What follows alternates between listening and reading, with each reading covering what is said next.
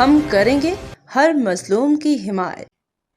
السلام علیکم، میں ہوں حورین فاطمہ اور آپ دیکھ رہے ہیں حمایتی نیوز HD چینل۔ نظر ڈالتے ہیں آج کی اہم خبروں پر۔ روزنامہ حمایتی نیوز کے خصوصی رپورٹ فہیم احمد ارائیں گزشتہ روز اخبارات میں خبر کے اشاعت کے باوجود چکرا گوٹ گلی نمبر 3 میں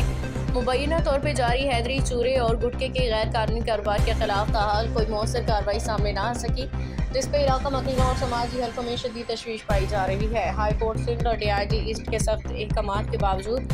مبینہ طور پہ یوسف بلوچ اور اس کے ساتھی بدستور سرگرم بتائے جا رہے ہیں، جبکہ علاقائی ذرائع کے مطابق کم عمر بچوں، نوجوانوں اور خواتین میں بھی یہ مضر صحت زہر فروخت کیے جانے کا سلسلہ جاری ہے۔ ذرائع کا کہنا ہے کہ ماضی میں مذکورہ عناصر اور ان کے 2 بیٹے ارشد، راشد اور یوسف کی بیوی کی جانب سے SP لاڑی کی ٹیم پہ مبینہ ہوائی فائرنگ اور پتھراؤ جیسے واقعات بھی پیش آ چکے ہیں، مگر اس کے باوجود اب تک کسی بڑی اور فیصلہ کن کارروائی کا سامنا نہ آنا کئی سوالات کو جنم دے رہا ہے۔ علاقہ وکیلوں کے مطابق خبر کی اشاعت کے 24 گھنٹے گزرنے کے باوجود بھی متعلقہ اداروں کی خاموشی سمجھ سے بالاتر ہے،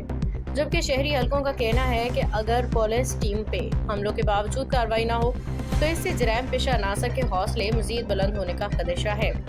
علاقائی ذرائع کے مطابق چکرا گوٹ حملن تھانہ زمان ٹاؤن پولیس کی نوگو ایریا بنتا جا رہا ہے،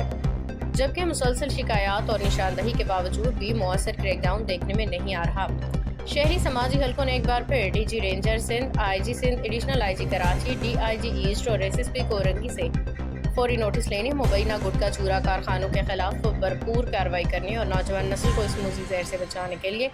ہنگامی اقدامات کا مطالبہ کیا۔ باخبر رہیے ہر جگہ ہر وقت، جانیے ملکی و غیر ملکی حالات و واقعات یقین کے ساتھ۔